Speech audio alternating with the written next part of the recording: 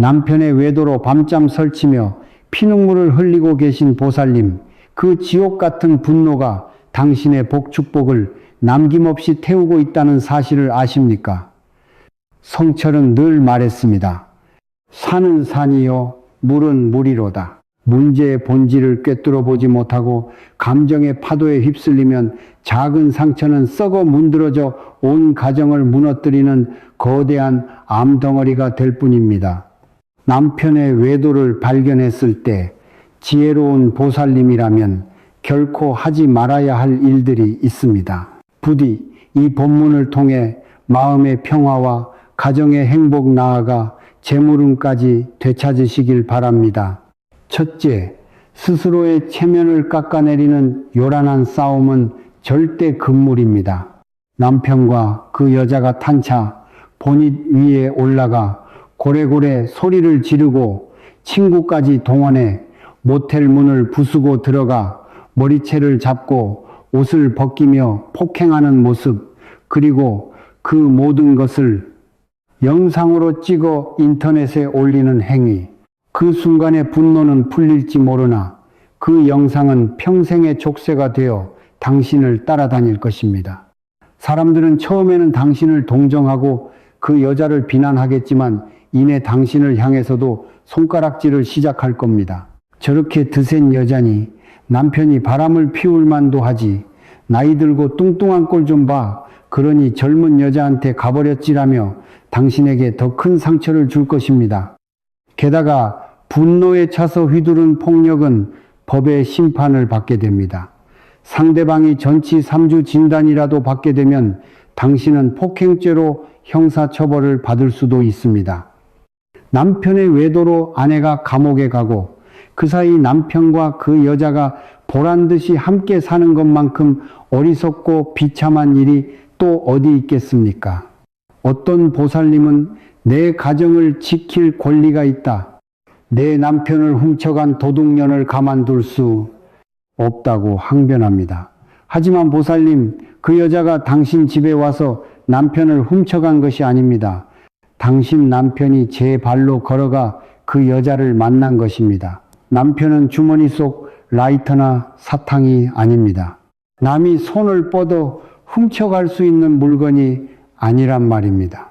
스스로의 의지를 가진 한 명의 인격체입니다. 그러니 도둑질 당했다는 생각부터 버려야 합니다.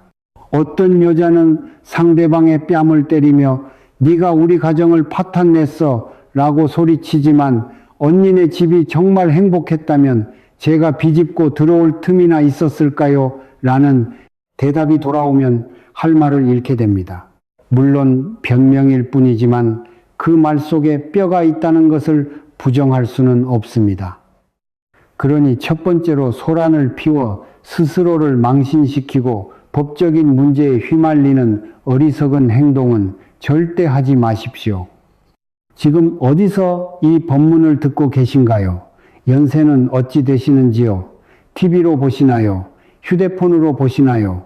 이 글을 보시는 모든 분들의 가정에 건강과 재물이 늘 함께 하기를 기원합니다. 두 번째, 절대로 양가 부모님을 소집하는 가족회의를 열지 마십시오.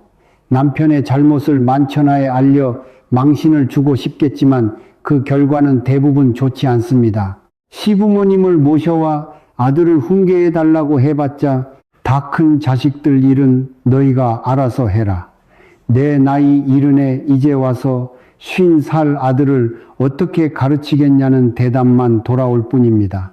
오히려 네가 어떻게 했길래 내 아들이 밖으로 나돌겠냐며 당신을 탓하는 시어머니 때문에 더 큰 상처만 받을 수 있습니다. 친정 부모님은 어떻겠습니까? 딸이 겪는 고통에 가슴이 찢어지고 사위를 향한 분노에 치를 떨게 될 것입니다. 결국 양가 부모님 사이에 감정 싸움으로 번져 사돈 간의 의까지 상하게 됩니다. 어차피 당신들의 결혼 생활은 부모님이 결정해 줄 수 없습니다. 가족회의 자리에서 남편이 눈물로 용서를 빌고 다시는 그러지 않겠다고 맹세하더라도 그 약속은 회의가 끝나는 순간 사라지기 마련입니다. 세 번째, 남편의 직장에 찾아가 소란을 피우지 마십시오. 예전처럼 회사가 직원의 사생활에 깊이 개입하는 시대가 아닙니다. 모두가 자신의 KPI와 실적을 챙기기 바쁜데 누가 당신 남편의 가정사를 돌봐주겠습니까? 당신이 사장실에 쳐들어가 울고불고 매달려 봤자 사장이나 동료들은 당신 남편을 속으로 비웃거나 오히려 바람을 피우더라도 아내에게 들키지 않게 조심해야지라며 동정할지도 모릅니다. 당신의 행동은 남편의 회사 내 입지만 곤란하게 만들 뿐입니다. 혹시라도 남편이 승진을 앞두고 있었다면 당신이 뿌린 소문 때문에 경쟁자에게 자리를 빼앗길 수도 있습니다. 결국 적에게 남편을 공격할 무기를 쥐어주는 꼴이 되는 것입니다. 네 번째, 자녀들을 당신의 편으로 끌어들여 아빠를 미워하게 만들지 마십시오. 아이들에게는 좋은 엄마와 좋은 아빠가 모두 필요합니다. 너희 아빠가 어떤 사람인 줄 알아? 밖에서 바람 피우는 나쁜 사람이야 라며 아이들에게 아빠에 대한 미움을 심어주는 것은 아이들의 마음에 지울 수 없는 상처를 새기는 것과 같습니다. 아이들은 이미 모든 것을 느끼고 있습니다. 엄마 아빠 일에 저희를 끌어들이지 마세요. 엄마가 행복한 길을 선택하세요 라고 말하는 어른스러운 아이들도 있습니다. 만약 당신들이 이혼하지 않고 다시 함께 살게 된다면 아빠를 경멸하는 아이들과 함께 사는 그 집이 과연 행복할 수 있을까요? 아내는 자신을 무시하고 자식들은 자신을 경멸하는 집에서 남자는 또다시 밖으로 나돌게 될 것입니다. 다섯 번째, 모든 잘못을 상대 여자에게만 돌리지 말고 남편과 그리고 자기 자신을 돌아보는 계기로 삼으십시오. 이 모든 비극의 중심에는 당신의 남편이 있습니다. 두 여자를 불행의 구렁텅이로 몰아넣은 가장 큰 책임은 남편에게 있습니다. 그리고 당신에게는 정말 아무런 책임이 없을까요?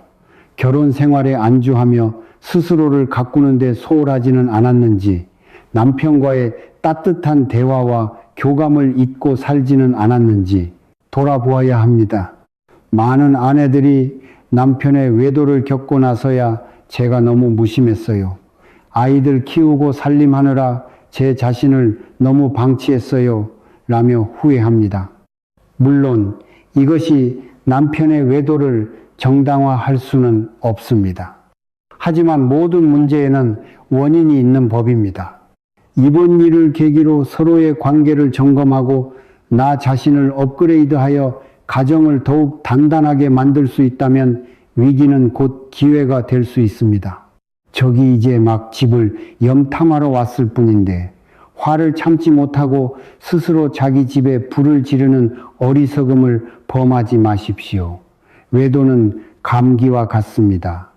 가벼운 감기는 집에서 약을 먹고 쉬면 낫고 심하면 병원에 가고 더 심하면 입원 치료를 받습니다. 하지만 감기에 걸렸다고 해서 바로 죽음을 생각하지는 않습니다. 이혼도 마찬가지입니다. 외도라는 문제에 부딪혔다고 해서 무조건 이혼만이 답은 아닙니다. 서로가 노력하면 얼마든지 치유하고 더 건강한 관계로 나아갈 수 있습니다. 채널을 구독하시고 마음의 평화와 재물운을 함께 키워나가시길 바랍니다. 해마다 우리는 설이라는 큰 명절을 맞이합니다. 어릴 적 설은 기쁨의 동의어였습니다. 가장 맛있는 음식, 가장 예쁜 새 옷은 오직 설을 위해 존재했습니다. 가난했지만 마음만은 풍요로웠던 시절, 터지는 폭죽 소리 하나에도 가슴이 설레던 기억이 있습니다.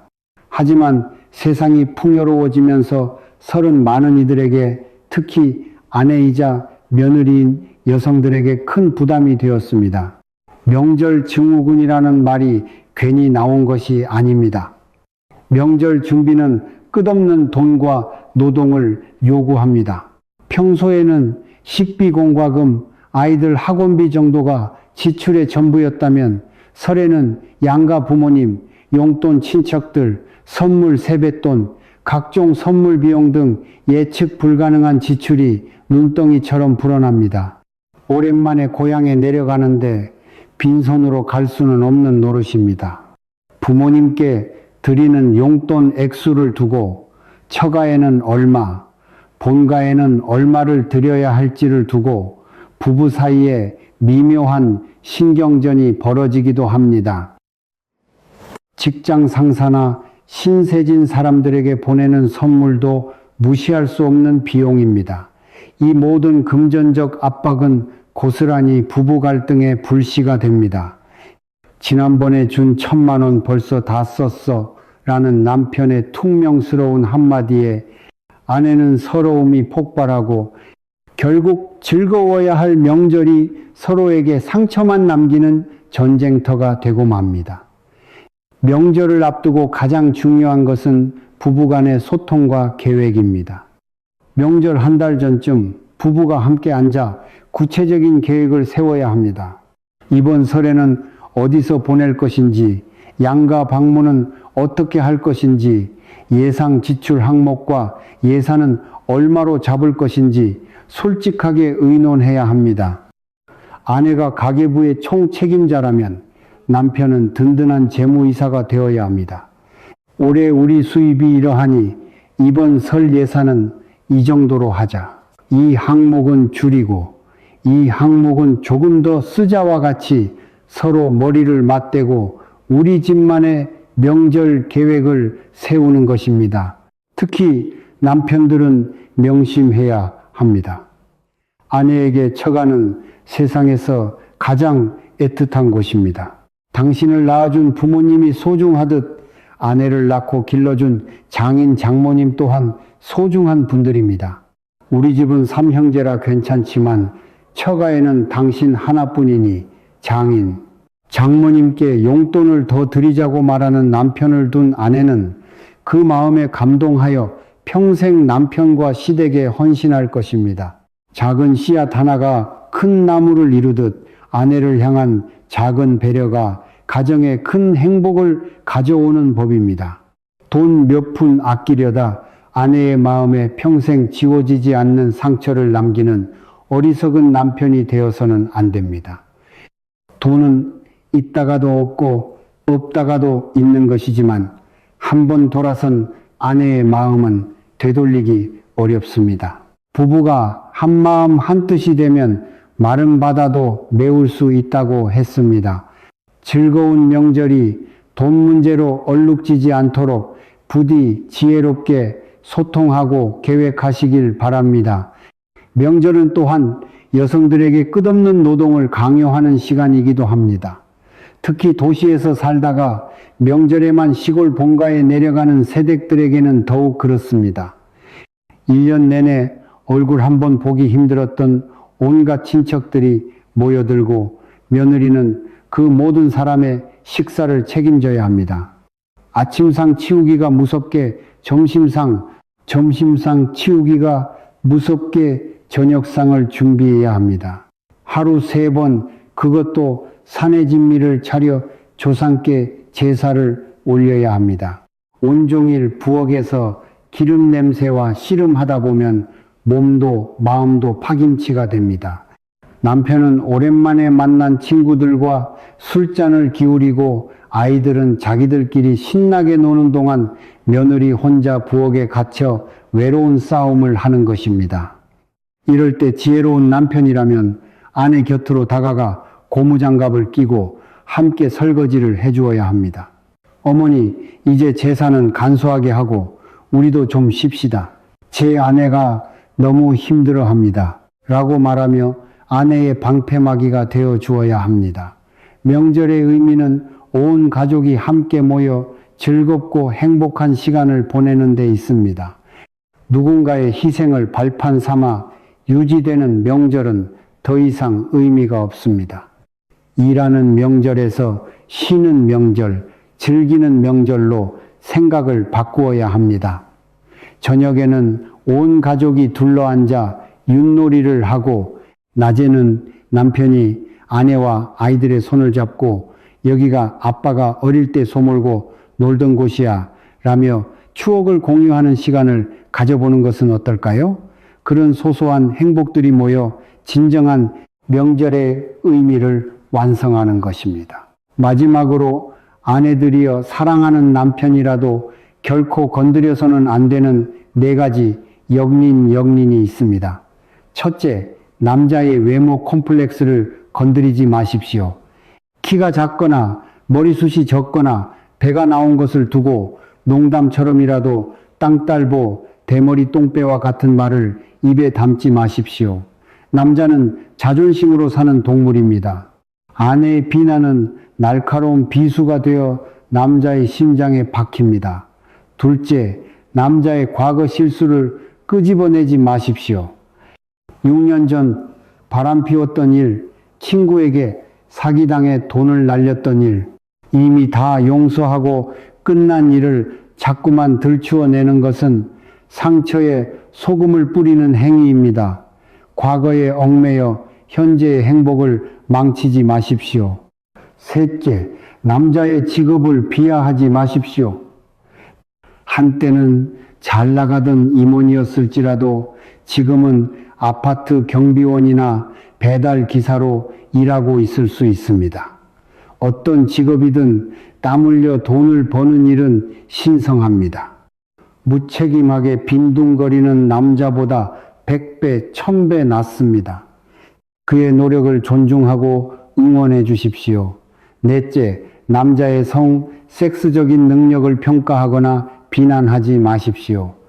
이 부분은 남자에게 가장 민감하고 중요한 자존심의 영역입니다. 시간이 짧든 강하지 못하든 그것은 남자의 의지로 어쩔 수 없는 부분일 수 있습니다. 그 역시 남모를 고통과 스트레스를 받고 있을 것입니다. 아내의 비난은 남자를 더욱 위축시키고 결국 부부 관계 자체를 피하게 만드는 최악의 결과를 낳을 수 있습니다. 따뜻한 격려와 이해만이 남자를 다시 일어서게 할 수 있습니다. 그리고 사랑하는 남편을 위해 아내들이여 이것만은 절대 억지로 하지 마십시오. 첫째, 모든 일을 혼자 다 하려고 애쓰지 마십시오. 유능한 아내 뒤에는 게으른 남편이 있기 마련입니다. 집안일은 남편과 자녀에게 분담시키고 당신은 당신만의 휴식과 재충전의 시간을 가지십시오. 둘째, 남편과 자식의 나쁜 버릇을 못 본 척 넘어가지 마십시오. 도박, 과도한 음주, 폭력적인 성향 등은 초기에 바로잡지 않으면 가정을 파괴하는 암적인 존재가 됩니다. 사랑이라는 이름으로 방관하는 것은 독을 키우는 것과 같습니다. 셋째, 남편과 자식의 폭력을 부추기지 마십시오. 이웃과 다툴 때 당신 남자 맞아 나가서 한판 붙어 라고 소리치는 것은 불에 기름을 붓는 격입니다. 폭력은 또 다른 폭력을 낳을 뿐이며 그 칼날은 언젠가 당신에게 돌아올 수 있습니다. 넷째, 억울함을 마음에 쌓아두지 마십시오. 억울함과 분노는 독입니다. 쌓아두면 병이 됩니다. 대화로 풀고 용서할 것은 용서하고 잊을 것은 잊으십시오. 마음의 평화가 가장 큰 재산입니다. 다섯째, 말싸움에서 무조건 이기려고 하지 마십시오. 부부는 경쟁 상대가 아닙니다. 말싸움에서 이기고 남편의 마음을 잃는다면 그것이 무슨 소용이 있겠습니까? 한 발 물러서는 지혜가 더 큰 평화를 가져옵니다. 져주는 것이 이기는 것입니다. 부디 이 가르침이 여러분의 삶의 등불이 되어 가정의 평화와 행복 그리고 풍요로운 재물이 늘 함께 하기를 간절히 기원합니다. 여러분은 혹시 올해 나이가 어떻게 되시나요? 오늘 제가 들려드린 이 이야기는 어떻게 들으셨나요? 저는 이 영상을 보시는 모든 분들의 삶에 언제나 평안과 행복이 가득하기를 진심으로 기도하고 또 바랍니다. 오늘의 내용을 통해 여러분은 어떤 생각을 하게 되셨는지 궁금합니다. 자유롭게 여러분의 생각을 댓글로 남겨주세요. 하나하나 소중히 읽어보겠습니다. 그럼 오늘 하루도 정말 고생 많으셨습니다. 부디 늘 건강하시고 마음속 깊은 곳까지 평안한 날들이 이어지기를 기원하겠습니다.